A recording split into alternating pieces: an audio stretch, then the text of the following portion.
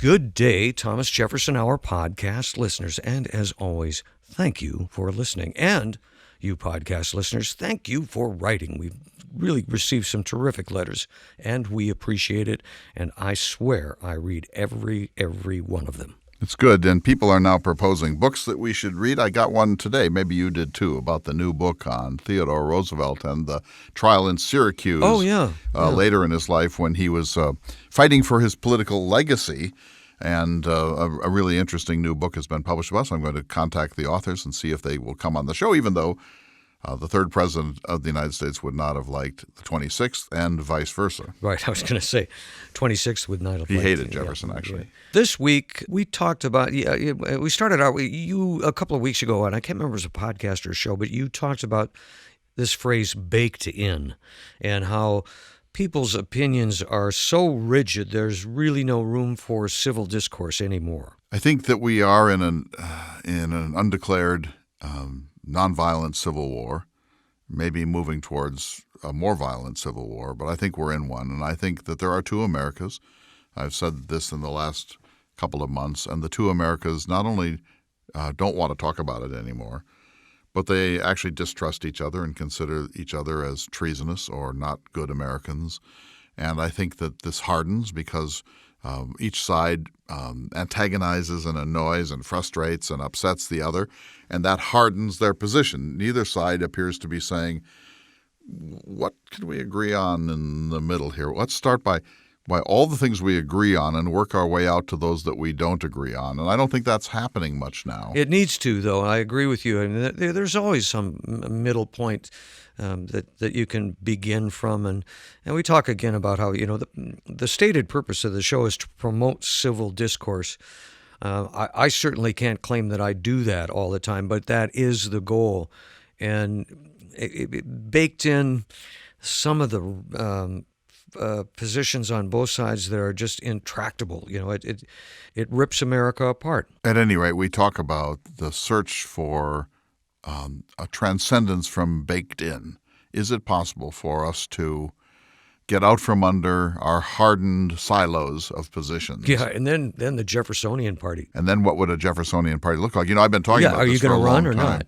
Yes, I'm tan, rested, and ready. I just need $250 million, and I'm going to buy some toys first. I just want everyone to know. But yes, so my book, Becoming Jefferson's People, is being reissued this fall. We're changing the name to Jefferson's America. I've written a new introduction, and then there's an interview that occurs at the end, and I've gone into to make just a few tiny adjustments. I say something like in the original book, something called the internet is coming. And so, you've got to take all those gaffes out, that make you look like you're from 1941. But it's coming out in the fall. It'll be expanded. It'll be a different format. I'm very excited about it. And here's my goal. And here's, you often accuse me of begging for gifts, which is not true. A ranch. Let's take a vote on that. I want this new Thomas Jefferson guitar. We'll talk about that in a minute. We've got to let's save that. We got to do a show on that. We're going to do it, okay. But I want that guitar. I think I should have one. But anyway, let's go to this.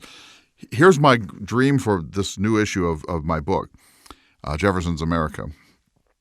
I would like to put one in the hands of every legislator in the United States to find a grant so that the legislature of Virginia, the legislature of Delaware, the legislature of California, that every member would get one as a gift from the Thomas Jefferson Hour. It's a relatively easy book. It's Jefferson. It's not controversial. It's really just trying to distill Jefferson's point of view. I think that would have an effect. And I would like someone to say, here's your $82,000 to do that for America. Or here, let's work in each state to try to get it done. Because someone wrote to me from Montana and said, is it Bullitt? What's the name of the Montana governor? Bullock. Said, would you send Citizen a copy of Becoming Jefferson's People to him because he'll read it? And so I'm doing that. I'd like to get one into the hands of the political establishment and say, this, you might not agree with this, but this is worth thinking about. That's a great. So that's a nice thing to beg for. Yeah, that's okay. And I'll skim a little for toys. Okay, well, it's time to go to the show. I like that very much. And then there are cultural tours, France 20 through 29 of October, still a few places, and the winter encampments on Dickens and on the space program. So go to jeffersonhour.com, tours. and you'll find out all that information. With that, sir, I thank you for an enlightening conversation this week, and I hope our listeners enjoy it. And I think that the Jefferson Watch this week, with my formula for getting out from being baked in, is really worth considering. And maybe people have some other suggestions about how we can transcend this terrible concretization of our culture. Civil discourse. That's what it's all about. That's all we need. Thanks for listening. Thank you, folks. Good day, citizens, and welcome to the Thomas Jefferson Hour, your weekly conversation with or about President Thomas Jefferson. Today, I am joined by the creator of the Thomas Jefferson Hour, Mr. Clay Jenkinson. I'm your host, David Swenson. And Mr. Jenkinson, you made a statement in a conversation you and I had a week or two ago that has really stuck with me. What might that be, sir? You talked about hearing the phrase baked in, associated with political opinions of many American citizens, and that really resonated with me, and I've been thinking about it ever since, and how counterproductive baked-in opinions can be. I agree with you, of course, that's the worst thing that can happen to a Republican form of government. Let me try to define it. I in fact, had never even heard the term before the 2016 election, and when I did, at first I sort of puzzled and resisted it. But now I see what was intended by the phrase. So, and I'm trying to say this in an entirely nonpartisan way, so I'll use a previous president, Barack Obama. There were people who had decided before he took the oath of office that they disliked him, distrusted him, were even uncertain about his basic citizenship, identity, and loyalty, and they were determined never to permit him to have a chance to convince them that he was something more within the tradition of American political life. And then they lived that life. They resisted everything that he had to do, including, for example, nominating a justice to the Supreme Court during the last year of his tenure.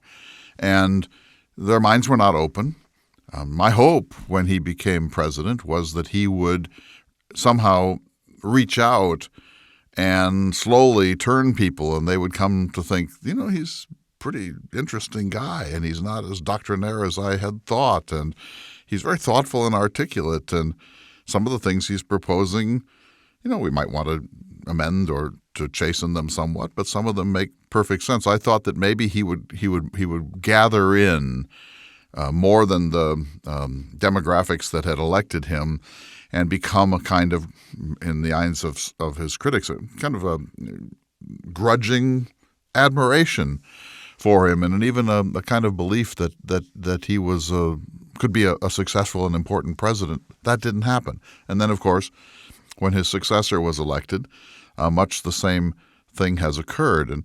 And President Trump has said this himself. He famously said that if he shot somebody on Fifth Avenue, that the people who are behind him, who are backing him, his section of the public, would stay with him. And at first, that seemed absurd to me, because I thought, come on, I mean, yes, we can a verbal gaffe, a tweet, an undignified moment as the president of the United States is one thing, but committing an actual, visible, unambiguous crime would convince everybody that someone like that must be arrested. But I think he was largely right. That's the baked in that you're talking about. So that means that his supporters, about 40%, maybe a little higher, well, a little less than half of the country, seem to think that he is really important for this country, and that they are going to support him, even when they cringe a little, because they believe that he's the one who must step in like a man on horse to save this country from chaos. And nothing so far, and there have been lots of things, has shaken them. And equally true, David, on the other side, that he has done nothing or very few things that the people at the opposite end of the spectrum have grudgingly said, that's pretty good. We can support that. The Jefferson Hour has always promoted civil discourse, or at least we've tried. You would agree with that? Of course, and we try ourselves to be civil and to you and I don't always agree. I don't always agree with Jefferson. We try, I'm sure we fail, but we try to be rational, reasonable, centrist, thoughtful, open-minded, self-skeptical, willing to talk it through. Yeah, but that's the point. I guess a civil discourse is about talking it through. For folks who are really partisan, I guess the exercise is to try to understand the side that you completely disagree with, and at least find out what their motivation is, why they feel the way they do. But I think we forget sometimes that we are all Americans first, and that there are those nations who desperately wish for us to fail. Well, there's an example of it right there. So we now know, I would say that 85% of the American people now accept the fact that Russia attempted to throw its weight behind President Trump, candidate Trump in 2016, and they attempted to throw their weight against his challenger, Hillary Rodham Clinton. That seems established. And there are a handful of people who dispute that. But I would be one of those. You dispute that? Well, yes and no, in a certain way. On what basis? I agree. It's almost universally agreed that there are forces at work who wish to divide our society, but that's what I'm talking about. I don't think the aim is as much to throw an election as it is to divide our society. Well, Vladimir Putin actually said in a public statement that he wanted Hillary Clinton to lose and wanted Donald Trump to win. Agreed, but if we stop there, I think we're missing the bigger point. And the Mueller report also confirmed that. I agree. And Mueller himself in his 9-minute statement said it overtly that the Russians tried to skew the election. Whether they did or not is another question, but that they made a concerted cyber warfare attempt to do that. You don't dispute that. I do not, but I think the bigger picture is that there are those who would like to see us a nation divided, people with baked-in opinions, no room for civil discourse. It's kind of like a family.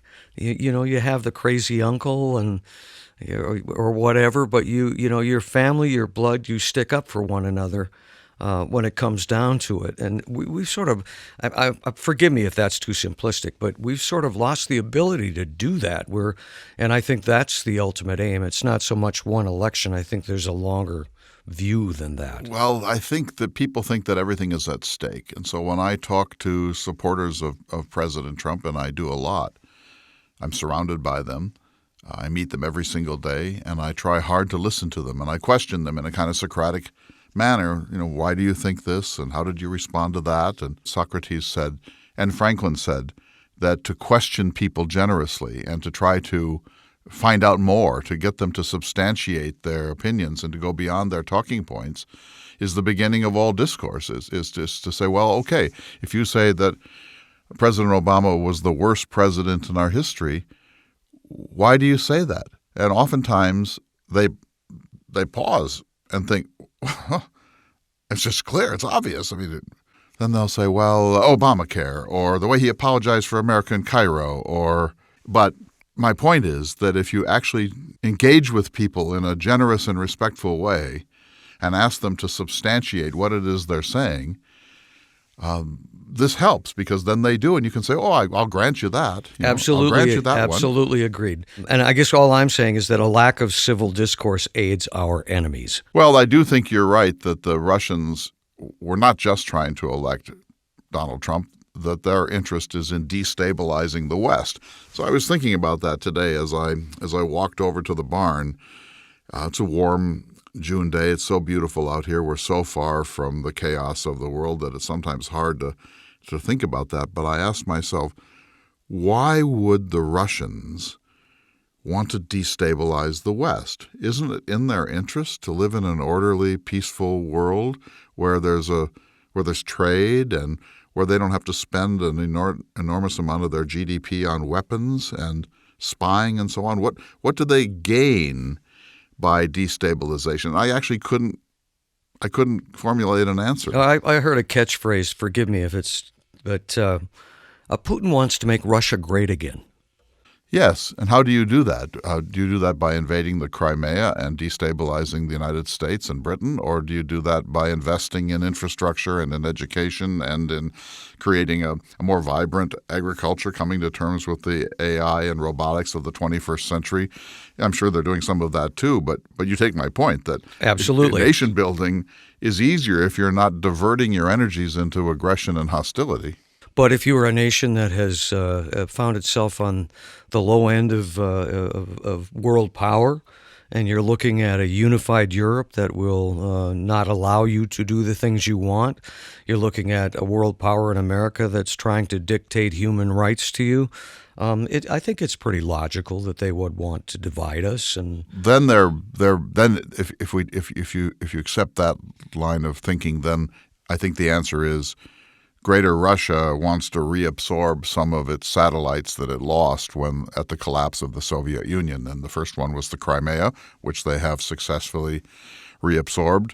And next, they want to reabsorb as much of Ukraine as they possibly can. They already had an incursion into Georgia. And so you could say that Putin is trying to reassemble Greater Russia, looking at the West and wondering if the West will try to stop him. And so far, the West has been pretty loud in its denunciation, and there have been economic sanctions, but it hasn't stepped in to say if you cross this border, we will use NATO's force to stop you. So, is that what you're saying, that he has greatness is not just economic greatness and cultural greatness? Greatness is the enlargement of the boundaries of Russia. well, I think that's probably true. I guess we've kind of drifted from where we started, which was your baked-in comment and me thinking about it for the past week or so, and that the lack of civil discourse, us as Americans being unable to pursue civil discourse and having our opinions baked in, is really destructive on so many different levels. And I miss that. When we come back after the break, we can make another run at this. I guess what I was trying to say is that the people who are Trump supporters are really not particularly willing to welcome, address, wrestle with issues that may really challenge his primacy, and the people on the other side are pretty righteous in their own way, and so we are baked in. I meet people every day who have an absolutist either love of President Trump or an absolutist distaste for him, and there's almost no gray area. Well, sometimes I think it's our nature to shout and want to be right more than do the hard work of understanding. We need to take a short break. When we come back, Clay, I want to talk to you about George Will. He has a new book coming out. George Will is never uninteresting. That, sir, is a fact I think we can all agree on. We need to take a short break. We'll be back in just a moment. You're listening to The Thomas Jefferson Hour. Welcome back to the Thomas Jefferson Hour, your weekly conversation with President Thomas Jefferson, or your weekly conversation with the creator of the Thomas Jefferson Hour, Mr. Clay Jenkinson. Welcome back, sir. Thank you. I had brought up George Will. He has a new book out called The Conservative Sensibility. I enjoy George Will. Not that I always agree with him, not that I always disagree with him, but he is a mind to be reckoned with. He's smart, witty, urbane, and he sticks the landing. He speaks in beautiful, short paragraphs that make perfect sense. He does. The blurb on his new book reads, "The founder's vision, articulated first in the Declaration of Independence and carried out in the Constitution, gave the new republic a framework for government unique in world history. Their beliefs in natural rights, limited government, religious freedom, and in human virtue and dignity ushered in 2 centuries of American prosperity." Well, he's certainly right that the software laid down by the Founding Fathers, coupled with the Enlightenment's ideas of free trade and so on, enabled America's greatness. You have to add in, we had the American West. We displaced native peoples. We exploited a continent of trees, gold, lead, and other resources. We've been separated from the rest of the world by 2 giant oceans. There are other reasons for America's success that are sort of untouched by our constitutional basis. But still, you take his point that we laid down a beautiful software of human enterprise and opportunity and tried to extend the franchise in each generation as widely as we dared, and tried to empower average people, maybe for the first time in human history, to fulfill their aspirations. And so there's something magnificent about that. But I just would caution, I haven't read the book, but I would just caution us that the Founding Fathers were squabblers and were partisan and went after each other with tooth and claw. And Jefferson hired James Callender to attack the Adams administration and so on and so forth. This was not a golden time of men in togas. The book description goes on to say that America has become an administrative state. Semi-autonomous executive agencies wield essentially unaccountable power. Congress has failed in its duty to exercise its legislative powers, and the executive branch has slipped the Constitution's leash. I heard him speak about this book in an interview, and he said, quote, "The entire political class is invested in the process of giving the American public $1 worth of government and charging them 80 cents for it. And the public says, that's terrific. Keep it up." It's more like 60 cents, I think, that we're paying. But yes, I agree with most of that. I do think that the legislative branch has gone missing for the past generation. And some of this is inevitable, I think, because of the world that we now face. It's not a 3-mile-per-hour world. It's a world that operates with ballistic missiles and cyber warfare.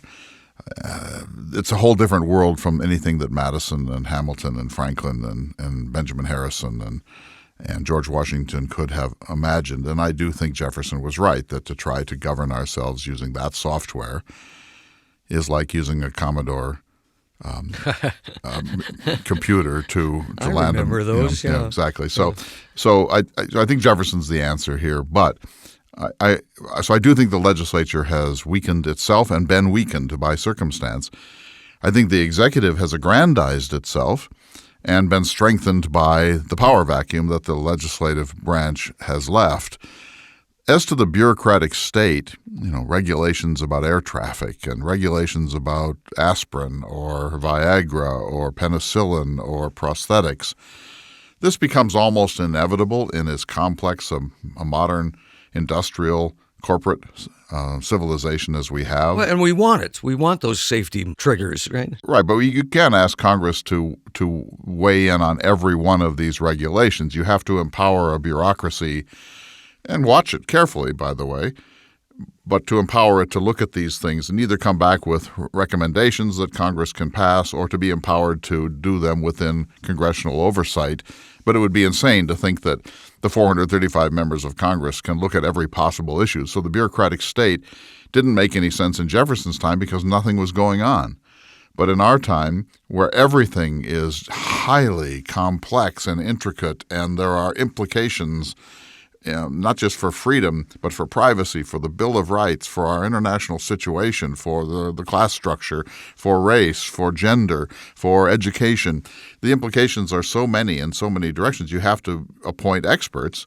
And those experts are bureaucrats. I think what George Will is saying is they're out of control and no one is watching them carefully enough. React to this, if you would. He says that he believes the public is more united by self-interest than it is divided by ideology. Yeah, I do too. I'm cynical. I think the mission statement of the United States is keep that stuff coming. Keep the Walmarts full.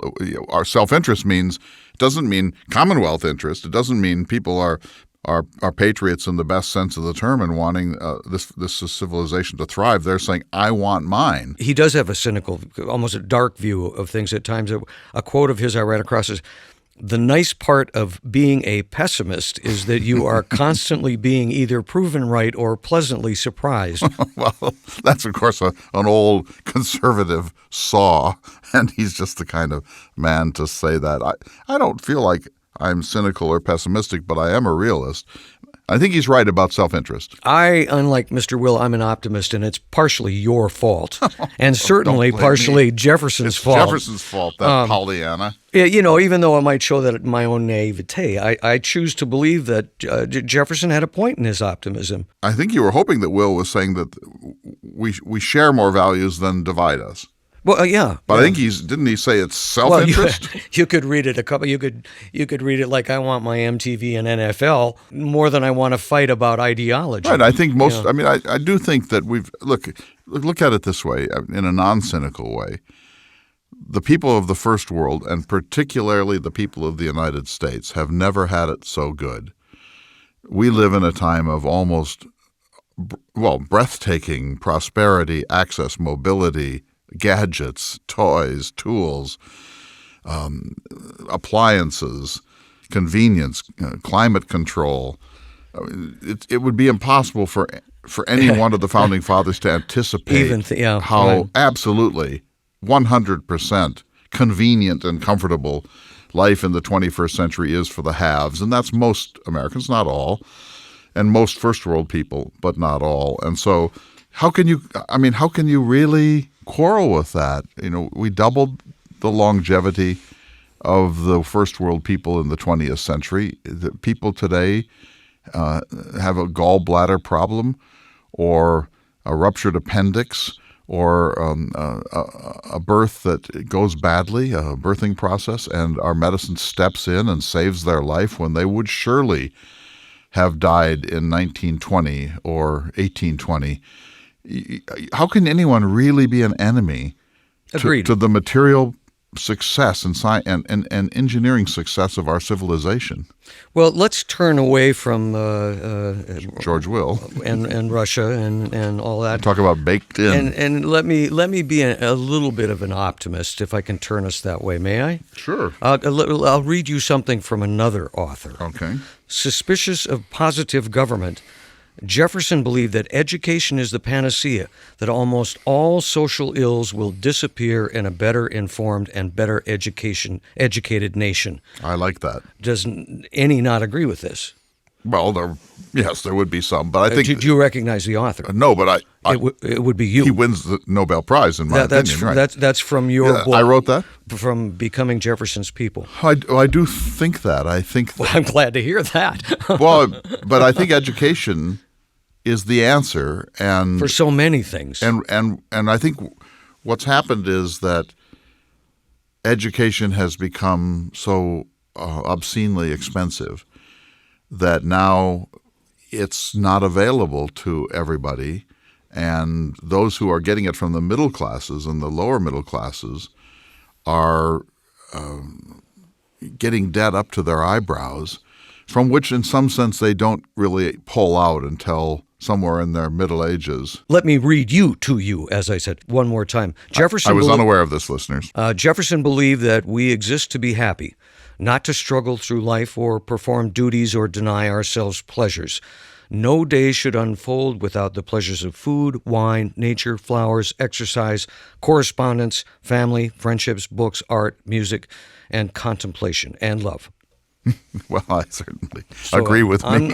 I'm not the only naive optimist here. Right? Last night I came home from a trip to the Badlands, and I was exhausted because of a whole range of issues, and I just wanted to sit. And I thought, if I don't plant the rest of my garden, I'm going to miss the window of opportunity because, as you know, we have a relatively short growing season here on the Northern Great Plains. So in spite of the fact that I had absolutely no interest in doing this, I changed clothes, went out and got into the garden, and I planted for about 2 hours. And by the time I was done, I felt so much better about life. I had my hands in the soil.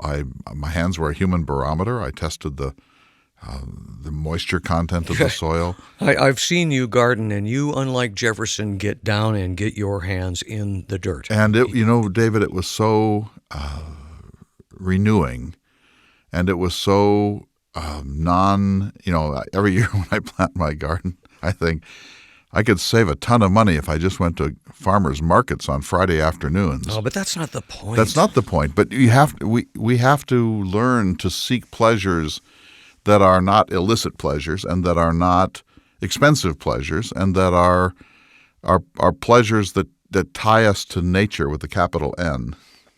Next week is going to be our annual Thomas Jefferson Hour 4th of July show. And, I got to thinking about that, too. And it's always fun to talk to President Jefferson about his favorite holiday. But in his world, people held the power, yet today, well, what do you think? I mean, it's almost as if we've abdicated the right of power, of self-government. We have. Without being cynical, what we've said is govern us, but keep it coming. And if you have to do some things that are kind of ugly in the world to keep it coming, lie to us. Tell us it's better than it is. Don't tell us the full story. And let me say something about baked in that's really important to me, and I'm glad we're having this conversation. Me too. Back during the G.W. Bush years, and I think I've probably mentioned this once or twice before, but I heard Dick Cheney, the vice president, on Meet the Press, and the war was going badly. The American people had lost interest in it. The casualty rates were staggering, and there hadn't been weapons of mass destruction. And there was just a sense that this had been maybe a colossal mistake, and that the Bush administration was hanging on too long to this failed policy. And Cheney was on, and he was challenged pretty strongly. And he said this. He said, "If you knew what I know, oh, I remember that. you would agree with what we're doing." Yeah. And, this is what I think baked in. So that's not me. I'm an optimist. I think, no, first of all, there should be transparency. And secondly, I don't want to believe that because that might be Halliburton talking. That might be, who knows. But then you think, well, maybe he's right. And I think that the beginning of all wisdom is to stop being baked in, is to say, well, what if? So what I ask someone who has a strong opinion, like if someone says to me, the Second Amendment is the most important thing in America, then I'll say to them, what if you were on the other side, what would your best argument be? What would your best argument against that proposition be? And sometimes they won't do it, but sometimes they will. And it always helps because then you realize, oh, if I were a skeptic of that position, here are the things that I would probably be thinking. And when they do that, in a way, it makes them more respectful of points of view that are not their own. And when I do seminars, I always say, I want each one of you to argue against your own views. Right. Because That's I think great. That's a really important way of empathy. That's brilliant. That's great. And so I think we can stop being baked in is my point. I think we are baked in. I think, I know a lot of people who think that Donald Trump is the worst president in American history. And I know some people who think that Barack Obama was the worst American in presidential history, and it can't be both.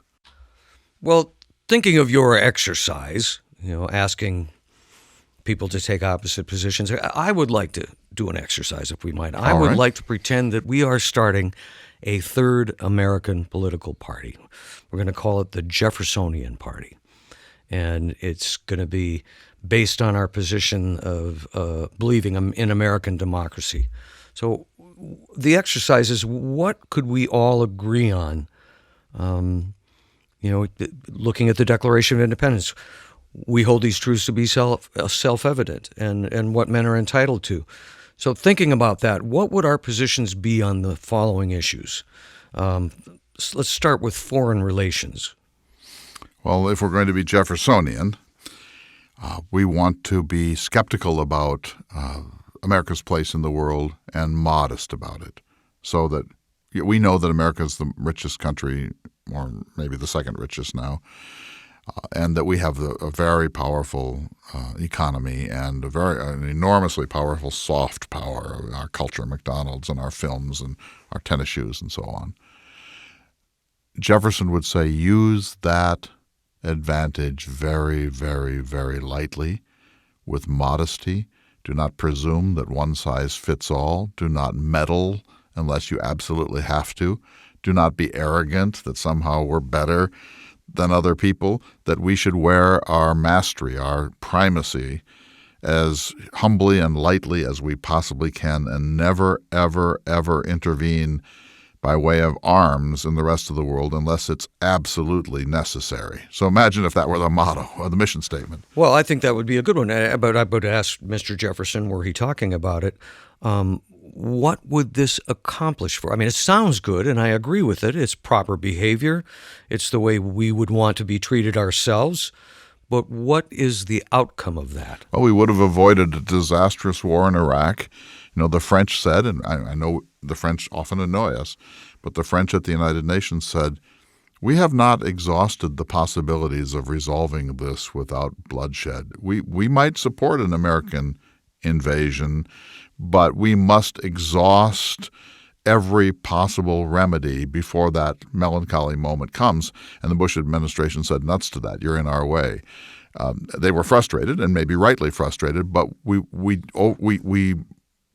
vetoed the advice of our closest friends in the world, and look where it got us. So there's the kind of thing that I'm talking about, is that we need to have a sense that to use our power in a big overt way in the world is probably not going to solve the problems, and it didn't in this case, and it's going to make our friends feel some distaste and distrust for us.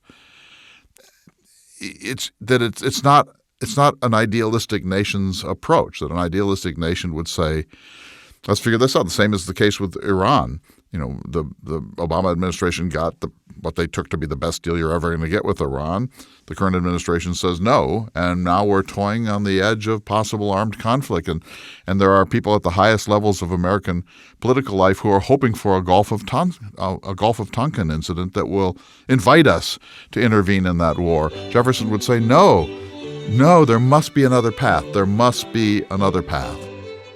What you're saying is a Jeffersonian party would be somewhat idealistic, look for peaceful ways to solve international conflicts. And err on the side of non-engagement.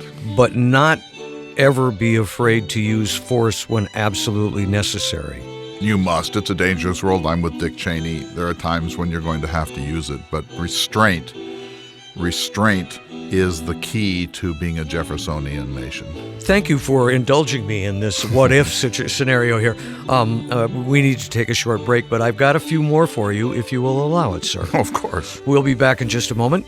You're listening to the Thomas Jefferson Hour.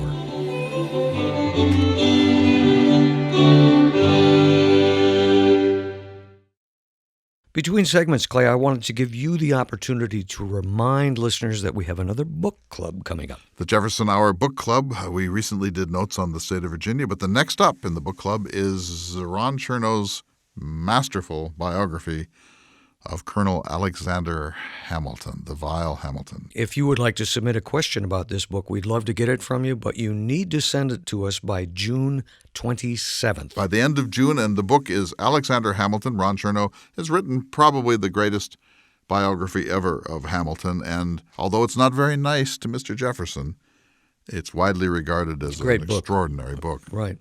So if you want to send a question in, you need to do that again before June 27th and go to jeffersonhour.com, click on Ask, or if you want to find out about the upcoming books, go to jeffersonhour.com and click on Book Club. Get started with your reading and send in your comments and questions. Welcome back to the Thomas Jefferson Hour. I'm Clay Jenkinson, baked into the character of the third president of the United States, and sitting across from me, baked and overbaked, is Mr. David Swenson, the semi-permanent guest host of this program. When we took our break, we were talking about a mythical Jeffersonian party. We decided that he's an isolationist. Kind of talked about foreign relations, war, the use of military power. What about taxes and the economy? Where would the party stand on that? He'd be more Republican than Democrat, although not today's Republicans who are spending like like the Democrats they often accuse of being spendthrift. Well, it's included in that. It taxes the economy and the national debt. Right. I think, first of all, you must retire the national debt. Jefferson believes absolutely 100% that a national debt is a national disgrace. He never wavered from that. I think that he believes that taxes should be as tiny as possible, and that every tax should be justified, and that the people should be very crabby about taxes and very likely to punish whenever they feel overtaxed. So a Jeffersonian president will come in and say, I don't care how tough it's going to be on you, we're paying off the debt before we do anything. That's what he did between 1801 and 1809. He devoted 73% of the annual revenue to debt retirement. Be interesting to see how that went over in modern times. It doesn't go over because George Will is saying, isn't he, in the article you pointed to, the people want 100% of their services and more maybe, pay 80%. and pay 80 or 60% of the cost. That's going to take some leadership. What about free press? Jefferson believed in absolutely unlimited free press except deliberate malicious character assassination. He thought there should be remedies for the protection of your character from not from bad press, but from deliberate and malicious lying about you. And religion? Wall of separation between church and state, that no religion is privileged and no religion is ever persecuted, unless that religion breaks out into antisocial public behavior. So if you form the religion of David Swenson and you urge people to steal other people's garden produce, we don't jail you for your doctrine, we jail you for your behavior. All right, here's one that's tougher then. Immigration. How would the Jeffersonian Party deal with it?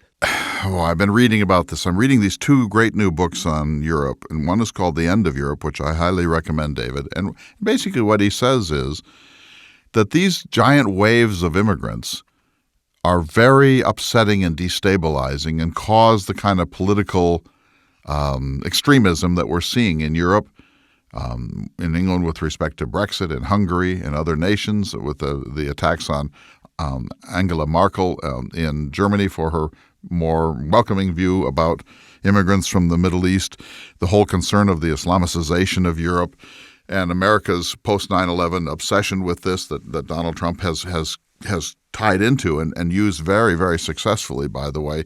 This literature says that nations have to have an immigration policy, and they actually have to have borders, and they can't just let everybody in, and they have to make honest decisions about how to go about that, and that there is an immigration problem. And what these authors are saying, David, is that the Democrats are making a very, very serious mistake by just reacting to what they take to be the excesses of the Trump policy. They need to develop a serious immigration policy that admits that this is an issue and a fundamental issue of American life. It's been going on forever. Okay, so that would be the Jeffersonian Party's stance on immigration. He wanted the more immigrants because we were empty. Yeah. Now we're not empty. What about human rights, both in the United States and abroad? Jefferson said that in the long run, every nation would be America. That our tradition of a Bill of Rights and an expanding rights base and an understanding that rights are not given by governments but they're given by God, or they're born in the very idea of humanity.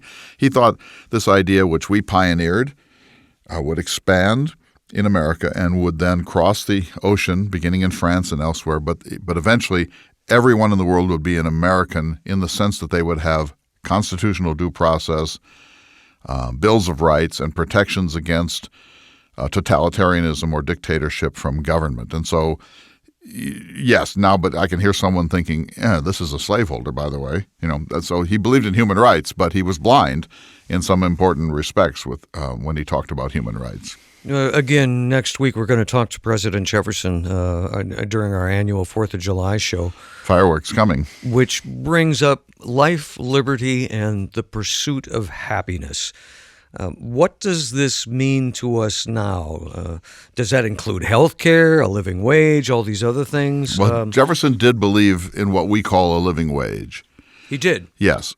And in a letter to Madison from France, he said that Locke was right, that everyone is entitled to a farm or its equivalent, that every able-bodied person who's willing to work and work hard should be able to live. I mean, it seems so obvious, right? That if you, David Swenson, are willing to work hard and you're able-bodied, you don't have a disability, or you're not mentally ill, you're not lazy, you're willing to work, and you can't put food on the table, you can't have a living wage, however we define that there's something deeply wrong with that society? And Jefferson's answer was, well, buy the West as many times as you can. But when that is finished, he said, we're going to need some sort of a redistribution system, not socialism, not at all, but we're going to have to make sure that the very wealthiest cannot accumulate the wealth of the nation. We're going to have to distribute downward, or there will be a French-style revolution because people are going to eat. And he did that in his time, the primogeniture. He thought primogeniture and entail, when he abolished those, would settle the problem. It helped, but it didn't. It helped, yeah. He thought if you buy 828,000 square miles from Napoleon, that helps with that issue. What about a right to health care? He'd say you're either in or you're out. So let's just say he thinks it should all be private. Then he would say government has no role, because if government's in on this part of the spectrum or in this sector of the economy, then it now has a moral duty to provide equal opportunity for the whole society. So either get out altogether and just say it's a private matter, you're on your own. Do you think that would stretch into other areas beyond? Yes, you're either in or out. See, once government's involved, now you have the fairness issue. So let's say government decides to invest in Makoche recording studios in Bismarck, but it doesn't invest in KFYR television in Bismarck. Now government is picking winners. Jefferson says you're either in or you're out. If you're in, now you have questions of justice, equality, access, opportunity, due process. If you just stay out of it, if the government said, look, healthcare's, you're on your own. We're not even going to have a National Institute for Health. Same with education. Either government's in or out. Government is in because a community decides they want to hire a common teacher. And so that, in a sense, I'm talking about like higher education. No national education department whatsoever. You don't think so? Not for Jefferson, because this is a local issue. Liberty, it kind of has a broad meaning. Difficult to define. What did liberty mean to Jefferson? Slaveholder, aristocrat, quasi-rich? Well, all those are problems. But it meant for Jefferson, don't tread on me. So, the Tea Party is pretty close to Jefferson in this respect. Why do we want government to do that? They're eroding our rights. One day they're determining how many ounces can be in a soft drink sold in New York City. The next day they're telling us we must wear a seatbelt. Then they're saying that we have to have helmets on our motorcycles. Then they're telling us, and the libertarians, the lovers of liberty, are like, where does it stop? Where does it stop? This is a good exercise in why it takes political parties months and months and months to come up with their platforms. And also why there are no easy answers, because do you really want a world without seatbelts? But there would be no seatbelts. When seatbelts were introduced, Detroit went ballistic. So this bankrupts us. And there were libertarians. My father was not a libertarian, but when we got our first Ford Falcon, he took out a wrench and took out the seatbelts because he regarded it as an encroachment. Nuts. These things, Jefferson said, progress has to come slowly. The people have to be prepared for it. And he said it's 2 steps forward and 1 step back. And you must get what gains you can when you can. It's almost time to go to your essay for the week. My book, by the way, Becoming Jefferson's People, is going to be reissued. And it has some of these formulas. I read you to you. Last question. Yes, if Jefferson was living in our time, what do you think his position would be? Would he throw up his hands and say, you've lost it, go find yourself a king and say goodnight, or what? He would say, you've lost it, you let it slip away, you forgot what this whole experiment is about. And then after he published that little manifesto, he'd buy an Apple Mac computer, he'd be ordering books on Amazon.com, he would have gizmo after gizmo. He would, in other words, Jefferson... And then he'd begin coming up with a plan to save us, right? And he'd be deeply in debt, and he'd use that MacBook Pro to create PowerPoints to help convince us that we need to recover as a nation. But believe me, he would have drones, he would have robots. I mean, so that you see the paradox that he wants everything that civilization can provide with limited government. It can't be done. It can't be done. Well, this was a fun exercise for me, anyway, and I appreciate your thoughts very much, sir. But now it is time for this week's Jefferson Watch. Is there any hope of returning to a world of nuance? I meet people who are now so upset with Thomas Jefferson for being a slaveholder that they want his name entirely erased from American culture. And I still meet people who defend Jefferson, deny the Sally Hemings story, and argue that at the very worst, we should see him as a man of his times. This last weekend, I met a man who insisted that the Founding Fathers were Christian men who intended a Christian nation, even if they didn't state that in the Constitution. I meet people who would wash this country of any public hint of Christianity. And of course, I meet people for whom Donald Trump can do no wrong, apparently not even on Fifth Avenue, and many more people who have decided that everything he is, says, tweets, does, and stands for is 100% corrupt. In a single week, not long ago, I met a man who said Barack Obama was without question the worst president in American history, and then 2 days later, one who said that Donald Trump will unquestionably occupy that slot. Somehow, I wound up being a humanities scholar and not a welder or a banker. I've had the great privilege, even luxury, of spending my life reading great books. Aside from the sheer pleasure of reading Dickens and St. Augustine, John Donne and Jane Austen, Tolstoy and Twain, Emily Dickinson and Emily Bronte, Homer and Kent Heroff, I have learned in these decades of reading the following principles. Things are rarely simple, black or white, good or evil, or even straightforward. How you respond to whatever is in front of you depends on the lens you wear, and different lenses view things in somewhat different ways. Being able to see the way others do, even others you disagree with, is the beginning of civilized discourse. Righteousness is always problematic, even when it's right. Evidence actually matters, and we need to learn how to be rigorous and discerning in our search for authentic evidence. Generally speaking, the more you let yourself try to understand the world, the more humble you will be in the presence of your convictions, assumptions, prejudices, and preconceived notions. The best way to understand a public issue or a controversy is to try to understand how the other side thinks about it, to try to see it generously from their point of view.